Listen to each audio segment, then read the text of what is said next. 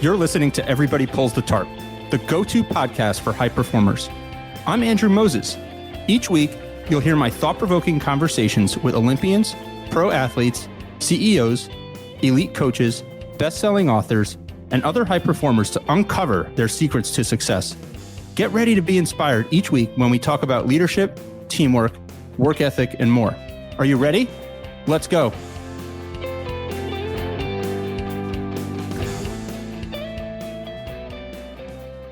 This week, my guest is soccer legend Carli Lloyd. Carli is a two-time World Cup champion, two-time Olympic Gold Medalist, and the back-to-back FIFA Women's World Player of the Year in 2015 and 2016. But none of it came easy. In 2003, Carli was cut from the U.S. under-21 national team. She thought her dream of playing for the U.S. women's national team was over, and strongly considered quitting the game she loved. As you'll hear in our conversation, Carli says that up to that point, she had gotten by on her talent alone. But she realized in that moment that to achieve her dreams, she'd need to completely reshape her mindset, her work ethic, and physical conditioning. So instead of quitting, she got to work. She set out training 2 to 3 times per day and transformed her mindset to embrace challenges, stop making excuses, and turn her weaknesses into strengths. And the work paid off. Carli went on to play 17 years with the U.S. women's national team and played in more World Cup and Olympic matches than any player ever for the U.S. women's national team. She scored 134 career goals, third most all-time in U.S. women's national team history, and remarkably, 98 of the 134 goals came after Carli's 30th birthday. That's more goals than any female player in international soccer history scored after turning 30. And the bigger the moment, the better Carli played.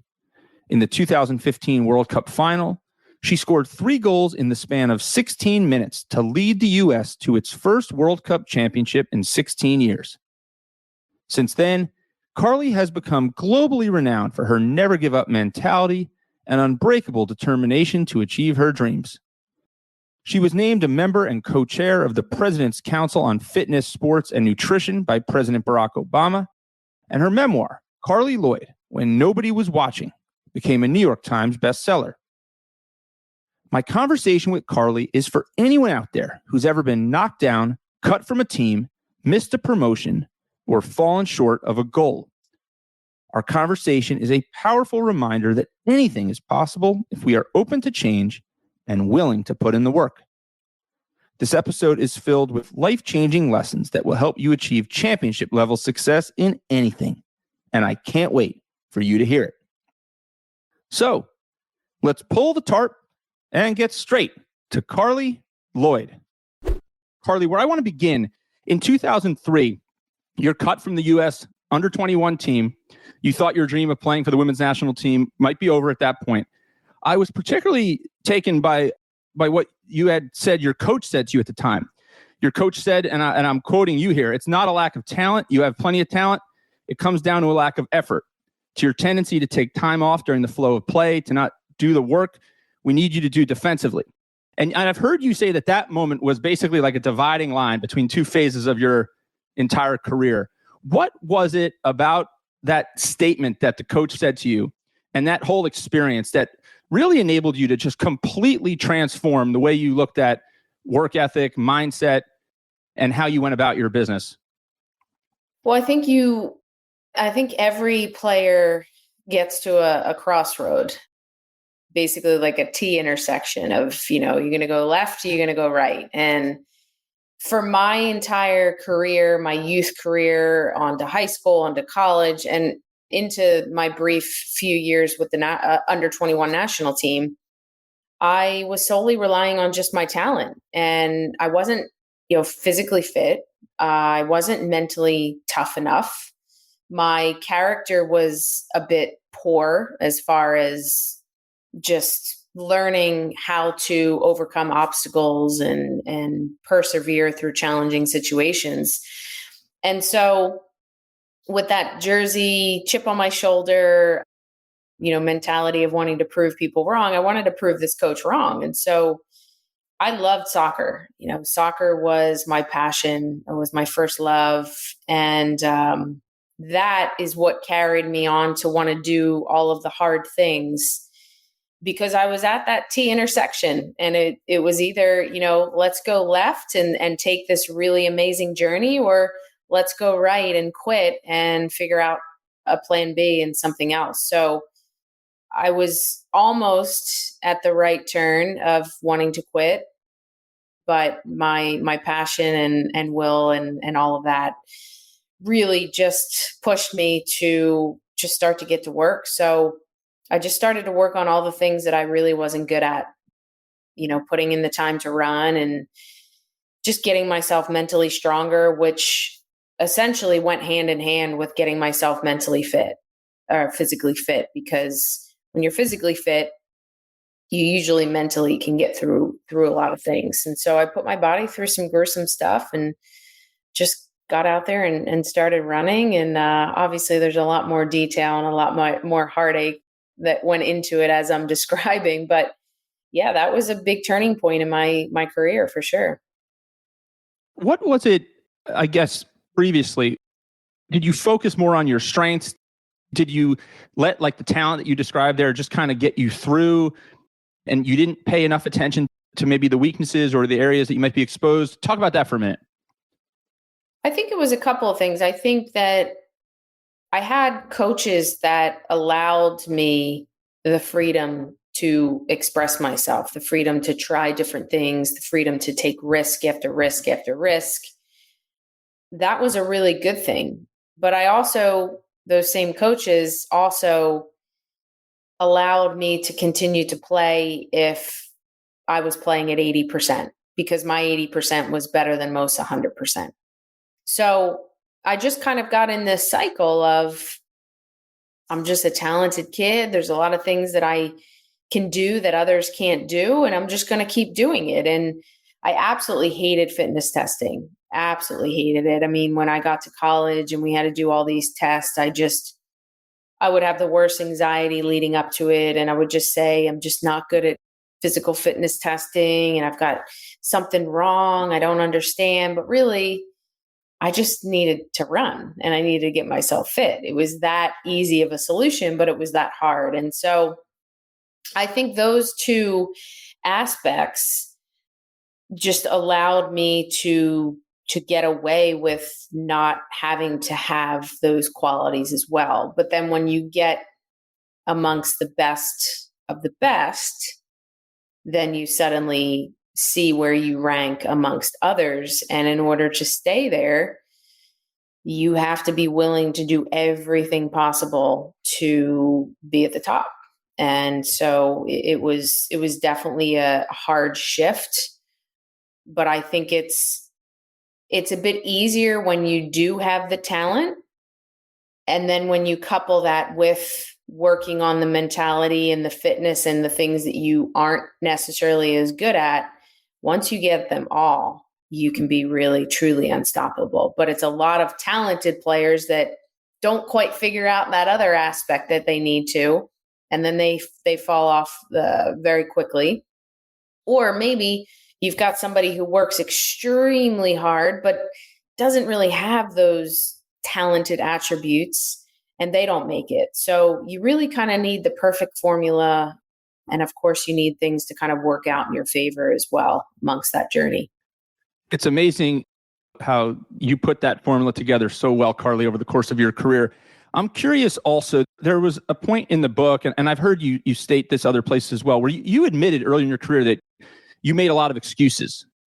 You would blame other things that were out of your control. And then you had this ability later in your career to dial in your focus into the things that you could control. And I'm wondering, what were some of the things that you did mentally, that you told yourself, that you trained your mind on? How do you go about controlling the things that you control and dialing your focus on those areas in particular? I think it's just, like anything, when we go out and we hone our craft or we work on something, we train, I practice shooting. you've got to train and work on your mind as well.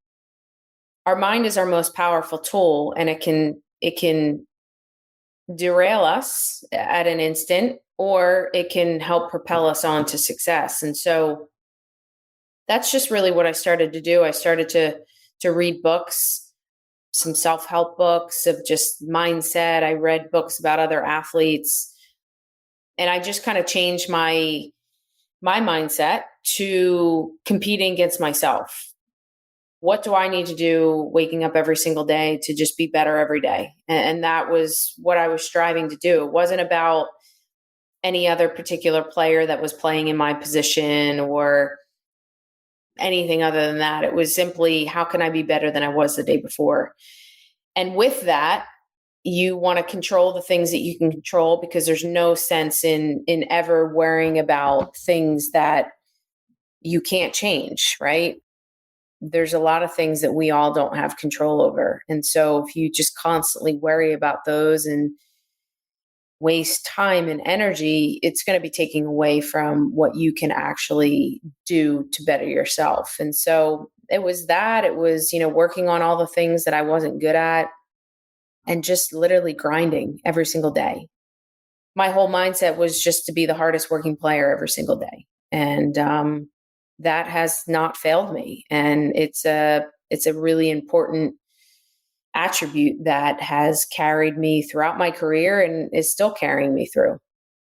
All right, Carli, where I want to go next is you have this uncanny ability to just be really disciplined and focused, like some of what you're describing there about controlling things you can control. But how do you steer clear of distractions? How do you steer clear of things that get in your way or that could get in your way? Do you have a process where you kind of try and intentionally filter those things out? Or have you just become so good at making sure they don't even get into your orbit? Talk about that for a minute. I don't think it's a perfect world where you're constantly blocking out everything. There's a lot of noise that comes with anything, and there's a lot to manage and a lot to navigate. The easy bit of my career was training, was working on all the things that I needed to constantly get better at, fine tuning my game, looking at ways in which, I can continue to improve. But it's all the other stuff that comes with it. I'm still a person, a wife, a sibling. There's all these other aspects that you have to manage. And so I think when I would start to feel overwhelmed was when my schedule would get very intense, very packed. And it was just about, okay, how can I lessen the load a little bit and really just dial things back? Because first and foremost, I need to be able to perform. And if I'm not performing and if I'm not putting my best foot forward, it's simply impossible to continue to get better. But I would say my dedication to wanting to be the best truly outweighed everything. And so that was my ability to be able to power through in challenging and busy times. And sometimes it would be too much and I would maybe have to dial it back a little bit. But, I think courage and strength is just hidden deep inside of me, and just that will to want to be better and figure out how I can continue to be better. So yeah, it was a lot. It was a lot to navigate.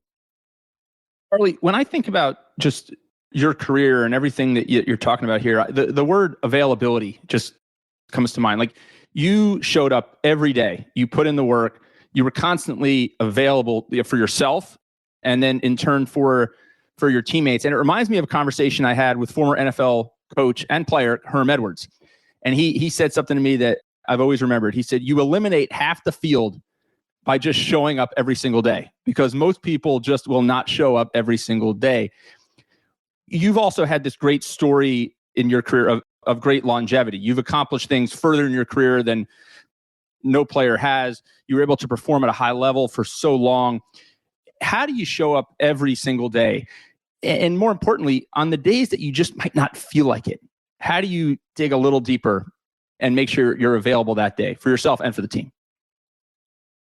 It was just the mindset when I first started on the national team to be 100% in 100% of the time. Every training session, I showed up and I did that. Was I at my best every time? No, absolutely not. But the effort, the mindset, the focus was always there to the best that I could do. And I did that all the way up to the moment I walked off the field. And when you do something consistently over and over and over again, consistent training, I did consistent massages, consistent ice baths, tried to get consistent sleep, tried to eat healthy consistently. I never really switched off. You hear and see of players who really take it easy in the off season and they take some time off and then maybe they get injured and then there's some more time off. It was never this start, stop again. It was either I took a couple weeks off in the off season and then ramped back up again, or due to injury, I was forced to take some time off and then just worked my way back in. And so I think just consistently showing up every single day allows you to play for a long time, because as you get older, you can't do the start and stop. You can't take time off, fall back again and try to work yourself back up, fit again. So yeah, it was just that. It was the mindset, my mind, I told my mind what to do, and then my mind told my body what to do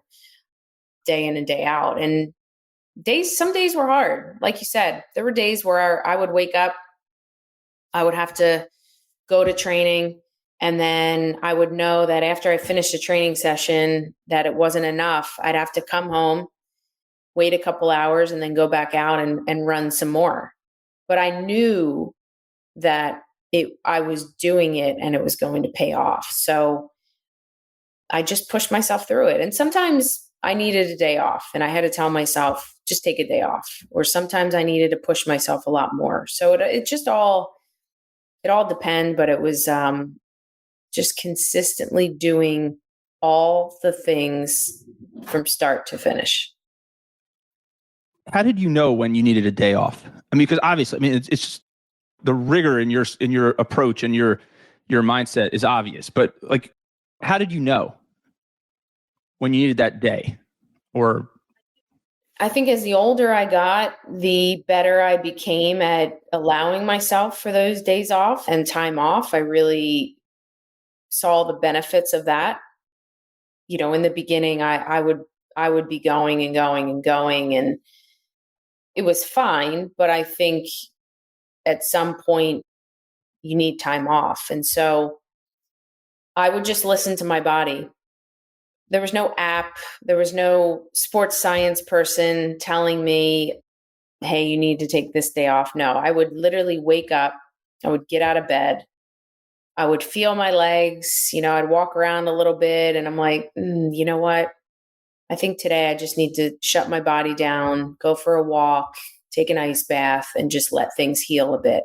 Sometimes I'd be really sore, but it would be to the point where I could keep pushing through and it was fine. And I would actually feel better because I did a workout, because I was flushing out the lactic acid. So it was just being in tune with my body. And I don't think a lot of athletes are really in tune with their body. I think they rely on a lot of other people and a lot of other apps and wearables to dictate how they're feeling. There's no better person that can know your body better than yourself. So if you learn to trust it, if you learn to feel, if you learn to know when you need more and know when you need to pump the brakes a little bit, that is one of the most vital tools that you can have as a professional athlete. Carli, I'm curious, the bigger the moment, the bigger the stage, the better you seem to play. And we all know 2015, the World Cup finals, you had the hat trick in the first 16 minutes, just an extraordinary performance. But in big moments, you always seem to rise to the occasion. How did you think about big moments, or did you not think about them as big moments? Were they just kind of another stepping stone in your daily process? Talk about that for a moment. I just I don't know. I love pressure. I just think that there's some people that crumble under pressure and some people that thrive under pressure. And there's not a lot of people that can thrive under pressure when all the odds are stacked against them. But those people that can do that, those very few 1%ers, that's truly what makes them special. And so from club, my youth days, to high school, to college, to the pro level, I just went up several notches. I just knew that my teammates needed me. I knew that I was prepared enough physically, mentally, and I believed in myself, and I didn't necessarily care about failure. I took risks. I went for it.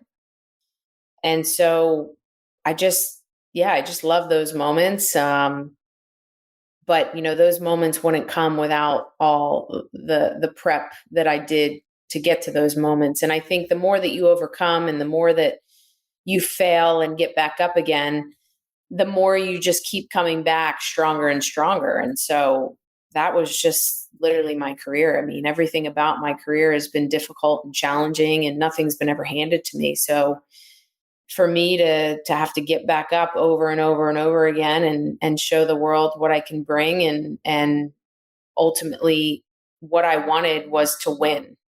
That's purely what it was about, to win everything I possibly could win. And I did that by stepping up and helping my teammates. I'm always reminded when I talk with people about pressure and high pressure situations of a conversation I had with former WNBA Rookie of the Year, Michaela Onyenwere, when she was with the New York Liberty. She said to me, Andrew, I reframe pressure as a privilege. It's something that I get to experience because someone believes that I can do it in that moment. And I think that's a really cool way of looking at pressure, something that you get to experience as opposed to have to experience. And it certainly seems like over the course of your career, Carli, you embraced pressure and you thrived, not only survived, you thrived in pressure. Oh, yeah. I mean, I love that. Pressure being a privilege. I mean, it is. It's who wouldn't want to be in a situation to like crawl yourself out of a hole. You're down 1-2-0 in a game, and it's a World Cup final, or you're stepping up to take a PK in a World Cup final to win it. I mean, you don't get many moments like that. So yeah, those were my moments where I just thrived. And now same thing. I mean, I'm throwing myself into really uncomfortable situations to allow myself to continue to grow in this post-playing career. And I'm nervous doing some of these things, but I'm tackling it like I tackled anything, and just preparing as much as I can, and just thriving under that pressure of being able to see if I can do it. It's so awesome. I love when people can kind of transport skill sets and mindsets that they develop in one aspect of life into another. So Carli, this show is called Everybody Pulls the Tarp. It's all based upon a philosophy that I have that I developed almost 20 years ago in a summer that I worked in minor league baseball in Trenton, New Jersey. I was working for the Trenton Thunder, and I wanted to learn the front office side of baseball. And I got an internship with the Trenton Thunder. And I show up on the first day and I think that I'm going to learn the business of sports. And they tell me to get a pair of old clothes and put it in the locker room because I was going to be helping the grounds crew pull the tarp on and off the field when they needed. And what I learned was very quickly in the minor leagues, you have the same field, the same dirt, basically the same everything as the big leagues, but you have a much smaller grounds crew and much smaller scale everything in the minor leagues. So everybody has to pitch in. So I dressed as the mascot. I ran the tarp on the field. I inflated moon bounces. I drove players to the airport. I did whatever it took to help the team, the organization in that moment. And it's a lesson that I've taken with me my entire career. And I've thought about it so much over the past almost 20 years. I'm curious, when you think about little tarp pulling moments in your career, whether it's something little you did on the pitch, whether it was something kind of nitty gritty, unglamorous that you did in training, what comes to mind when you think about those moments that you pulled the tarp in your career and kind of went above and beyond the call of duty, did something that nobody could possibly expect or imagine when they're watching from afar? I love that. I think just being a helping hand with the national team. The start of the national team when I came on in 2005 to when I ended in 2021 was drastically different from a support staff perspective. The delegation list now for the team, there's so many coaches, there's so many massage therapists, trainers, you name it, videographers. And so you have a lot more hands that can help carry gear, because at the end of the day, the gear still has to get onto the field, although we do have equipment managers. But in the beginning, seeing players who had been part of World Cup teams and super successful that were carrying water bottles, that were grabbing the balls off the bus and bringing them to the field. It wasn't for the cameras. It wasn't to show people or the world anything. It was simply to be a good human being, to help. And so that's always what I prided myself with the national team is picking up something and helping, no matter who I am, no matter what I've accomplished, no matter how many years I've been on the team. From the time that I stopped, I was still carrying a ball bag. I was still shagging my own balls and, picking up some cones. It didn't matter. And so I think that that's just an important lesson, to just know that you can always help out, and it doesn't matter who you are, where you've come from. Treat people with respect, treat people with kindness, and help out in any way, shape, or form. Help out in any way, shape, or form. I love that, Carli. Where I want to go, just as we start to wrap up our conversation, obviously that chip on your shoulder, that New Jersey chip on your shoulder, and so many folks who doubted you and cut you and didn't believe in you, powered you to extraordinary success. You talked about that, proving people wrong. But I'm curious, Carli, as you started to wind down your playing career, or maybe as you've reflected since your playing days ended, were you ever able to have a moment where you shifted the mindset to, wow, I proved a lot of people who believed in me right? Did you have that opportunity or that moment? I think the biggest moment for me was the last game I played in a US jersey, which was in October of 2021. I think for so long, I think there was some truth to it. I think you hear stories of Michael Jordan where he had to constantly keep telling himself that people were out to get him, or he had to just keep coming up with these things to keep pushing him on to greater and greater heights. I don't know that I had to keep telling myself that.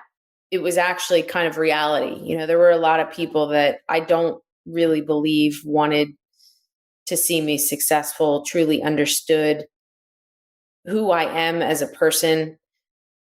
All they saw was the demeanor that I had as a player, which was intense and not very vulnerable, and went about my business as professional as I could. And ending my career, I was able to be me. There was nothing left I had to prove, like I said, to anybody. And I really could just enjoy that moment. And I think for a moment, I realized that there were a lot of people who were in my corner and who were rooting for me. The stadium in Minnesota was incredibly loud and cheerful and clapping, and it was unbelievable. And the texts from people and the tweets and just everything that was a part of my last game truly came full circle. Like, I didn't set out for my career to follow the crowd, to be liked. I set out to be the best possible soccer player that I could be. And that's literally was my main focus, was to be the best that I could be.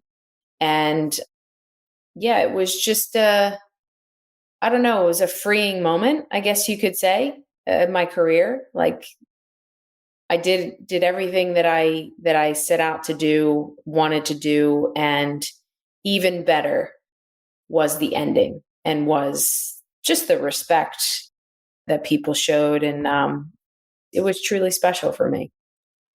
It was truly special to watch from afar as well. Carli, I have enjoyed our conversation so much, digging into your story. You are no question a tarp puller. You are forever a member of the tarp puller club. And I appreciate you spending some time with me this week. So keep pulling the tarp, keep doing amazing things in everything that you're going to do post-playing career. I know you've got some TV work coming up with Fox and the Women's World Cup and a lot of other different projects and initiatives and things that you support. So thanks for being a tarp puller, and we'll have to catch up again soon. All right, Carli? Yeah, appreciate it. Thank you. Thank you for joining me this week. Be sure to subscribe in your favorite podcast app so you can catch all of our upcoming episodes. And if you are like me and want a world full of tarp pullers, then leave a review to help others find us. You can also follow me on Twitter at Andrew H. Moses. That's Andrew H. Moses. And be sure to sign up for my email newsletter at everybodypullsthetarp.com/newsletter. I'll share tips and insights to help you achieve maximum success and happiness. Today is a great day to pull the tarp. I am rooting for you. See you next time.